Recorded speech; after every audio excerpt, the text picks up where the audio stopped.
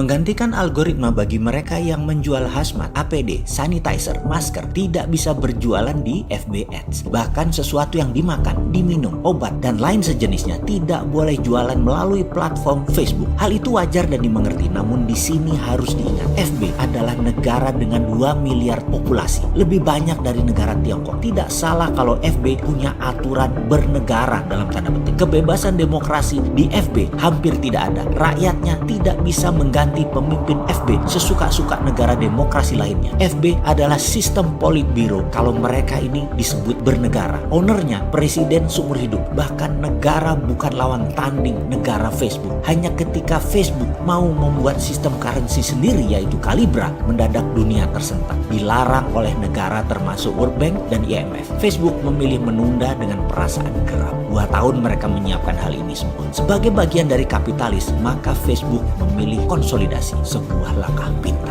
Kita semua tahu bahwa globalis itu punya cita-cita ingin menegakkan single currency system di dunia ini untuk melawan kesombongannya mata uang dolar atau mata uang lainnya yang ingin menjadi pengendali transaksi di dunia ini. Semua mata uang sebuah negara dianggap tidak amanah, masih ada inflasi karena mismatch antara uang beredar dengan hasil produksi. Algoritmanya tidak berbasis emas yang stabil, tapi emas juga jadi komoditi saat ini. Juga harganya emas tersebut bisa dimainkan. Banyaknya, rumitnya, saling silangnya perebutan kekuasaan militer di dunia antara negara satu dengan negara yang lain membuat globalis punya pandangan lain melihat dunia saat ini. Mereka ingin juga menyudahi negara-negara atau kerajaan-kerajaan ini yang mereka anggap sudah tidak genah mengelola dunia selama 2500 tahun terakhir ini. Globalis punya mimpi, satu currency, satu sistem. Dan untuk melakukan hal ini, akankah mereka melakukan penggiringan opini akan COVID-19 ini? Percayakah bahwa tanpa sosmed, Instagram, Twitter,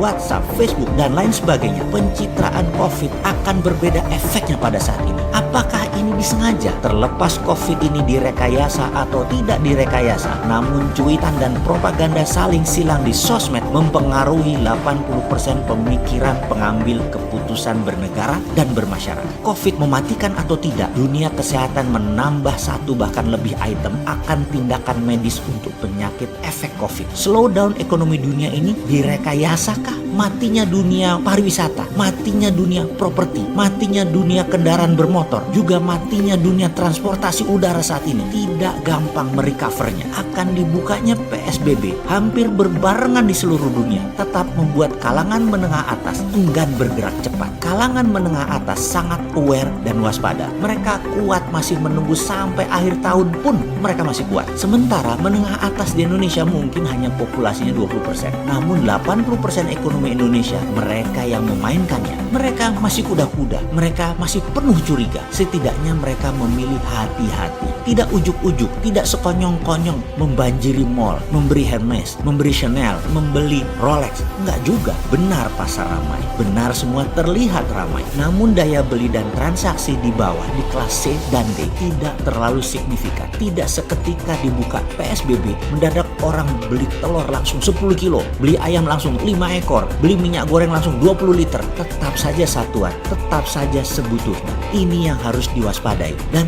kalau Bosman ditanya, adakah solusi untuk memecahkan masalah ini semua? Jawabannya, ya pasti ada lah, namanya juga Sontoloyo. Sontoloyo itu kan anti globalis, anti kapitalis, bukan sosialis. Dan semua platformnya mendukung piramida terbawah yang akan di scale up dengan menunggangi kapitalis dan menunggangi globalis. Itu solusinya. Mulainya dari mana? Dari melihat apa yang dilakukan oleh para globalis menggoyang dunia. Masih ingat pernyataan saya, di negara berkembang, tindakan teror adalah untuk mengganti kekuasaan. Di negara maju, tindakan teror itu adalah untuk mengganti kebijakan. Jadi, menjalankan reign of terror adalah bagian strategi perang yang saat ini globalis lakukan. Kejadian white supremacy rasisme yang didukung Presiden Amerika terhadap kulit berwarna menjadi gerakan nasional dan menjadi gerakan dunia. Hal ini akan menyulitkan Trump berperang dengan Cina. Dalam informasi saya sebelum ini, saya katakan kalau saya Xi Jinping, saya pasti sponsori kaki tangan saya atau saya akan bangun sleeping army kita yang di Amerika,